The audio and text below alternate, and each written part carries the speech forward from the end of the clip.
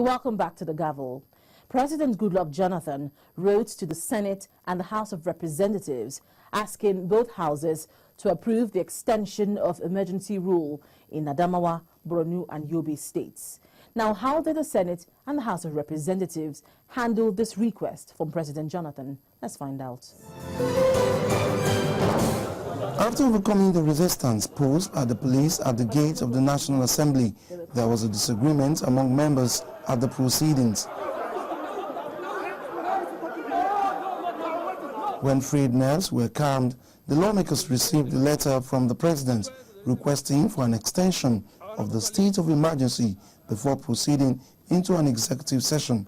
It has become imperative to request the approval of the House of Representatives for extension of the period for the state of emergency for a further period of 6 months. In view of the foregoing, I must respectfully request honorable members to consider and approve by resolution the extension of the proclamation of the state of emergency by a further period of 6 months from the date of expiration of the current period. For over 1 hour, the lawmakers considered the events of the day. The outcome of the session was not disclosed when plenary resumed. The lawmakers advised the president to rely on his constitutional powers to deploy troops to trouble spots in the country. Section 217 of the Constitution stipulates very clearly that there shall be an armed forces of the Federation, which shall consist of the Army, a Navy and Air Force, and such other branches of the armed forces of the Federation as may establish by an act of the National Assembly. It went further to be specific under the provision of Section 217, sub 2C, states very clearly that the armed forces of the Federation shall be used in addressing the concept or the issue of suppressing insurrection and acting in aid of civil authority to restore order when called upon to do so by the President, but subject to such conditions as may be prescribed by an act of the National Assembly. Mr. Speaker, my colleagues, in line with the same constitutional provision of Section 218, let me refer my colleagues also further and calling on Mr. President, in line with the Armed Forces Act, Section 8 of it that borders on the operational use of the armed forces. The President shall determine the operation, the underlining word here is shall, the operational use of the armed forces, but may under general or special directive delegate this responsibility for the day-to-day operational use of the armed forces to the Chief of Defense Staff, of the Army to the Chief of Army Staff, of the Navy to the Chief of Naval Staff, of the Air Force to the Chief of Air Staff. It shall be the duty of the Chief of Defense Staff, the Chief of Defense Staff, the Chief of Army Staff, the Chief of Naval Staff, and the Chief of Air Staff, as the case may be, to comply with any directive given to them by the President under subsection 1 of this section. Now, 3 of it stipulates clearly that in this section, the operational use of the armed forces include the operational use of the armed forces of the Federation for the purpose of maintaining and securing public safety and public order.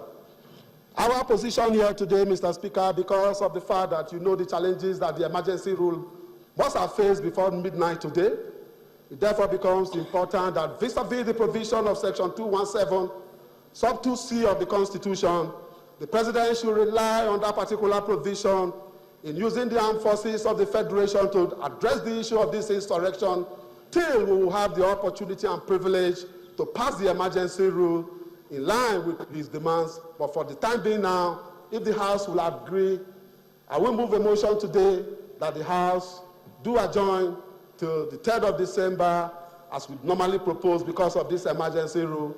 Mr. Speaker, my colleagues, I so move. The motion being raised by Honorable Leo Ogo is only calling the attention of Mr. President.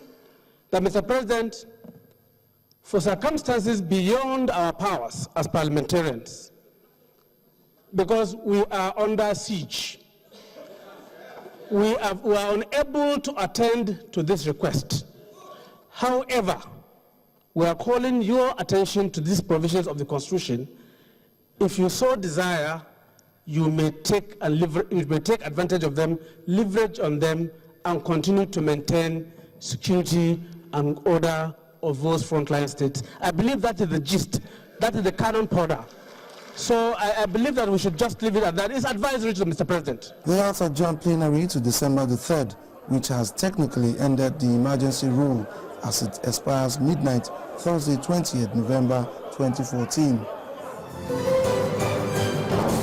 For 2 consecutive days, federal lawmakers in the Senate discussed behind closed doors President Jonathan's request for the extension of emergency rule in Adamawa, Yobe and Borno states. The Senate President had, on resumption of plenary for the week, read the letter from President Jonathan asking the Senate to approve the extension of emergency rule in the 3 states.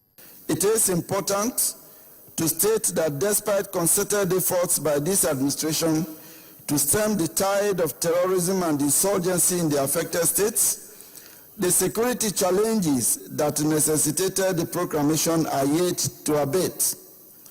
Consequently, it has become imperative to request the approval of the Senate for extension of the period for the state of emergency for a further period of 6 months. Lawmakers then went into a closed-door session to deliberate on the matter.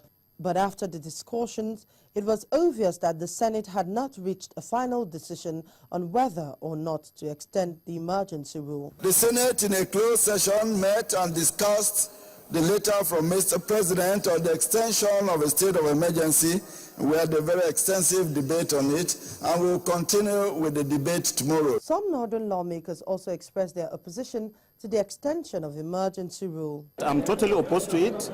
I believe that we should, after 18 months of the operation of the state of emergency, we should look at another avenue. Because if you have tried something for 18 months and you are not getting the results, each time you take a dosage of your medication, you get worse, it will be stupid of you to continue to take the same dosage. As a representative of our people, my people are clearly against the extension because it restricts the civilian movement and allows the insurgents to move freely. The Constitution does not restrict the president from deploying troops without necessarily declaring state of emergency. The second day of discussions also failed to completely sway some lawmakers to support the extension of emergency rule. We had a very robust and detailed discussion, and we will continue the discussion tomorrow. When insurgency was taking place in the Niger Delta, was there state of emergency in the Niger Delta before the operations of the military were undertaken, and successfully too? I believe that we could do without the state of emergency in the Northeast too. But we have to get our priorities right. We have to get our tactics and strategies right. We haven't succeeded in the last 18 months, and I'm convinced, beyond any reasonable doubt, that this time around it will not make any difference. But a lawmaker is convinced that the extension of the emergency rule remains the best option for now to confront terrorism in the Northeast. What is the alternative for now, especially that the thing is expiring tomorrow? Are we saying, can anybody come out to say that the celebrated hunters in the Northeast, can anybody come out and say that they can take charge of the situation?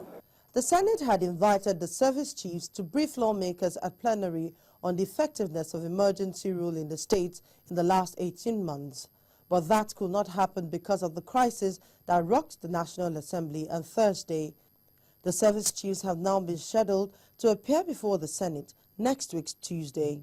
However, House of Representatives and the Senate not able to approve the extension of the emergency rule before the deadline of Thursday, 20th November, the executive may need to begin to look for other alternatives to confront terrorism in the Northeast. Now, this is where we draw the curtains for this week's edition of the Gavel.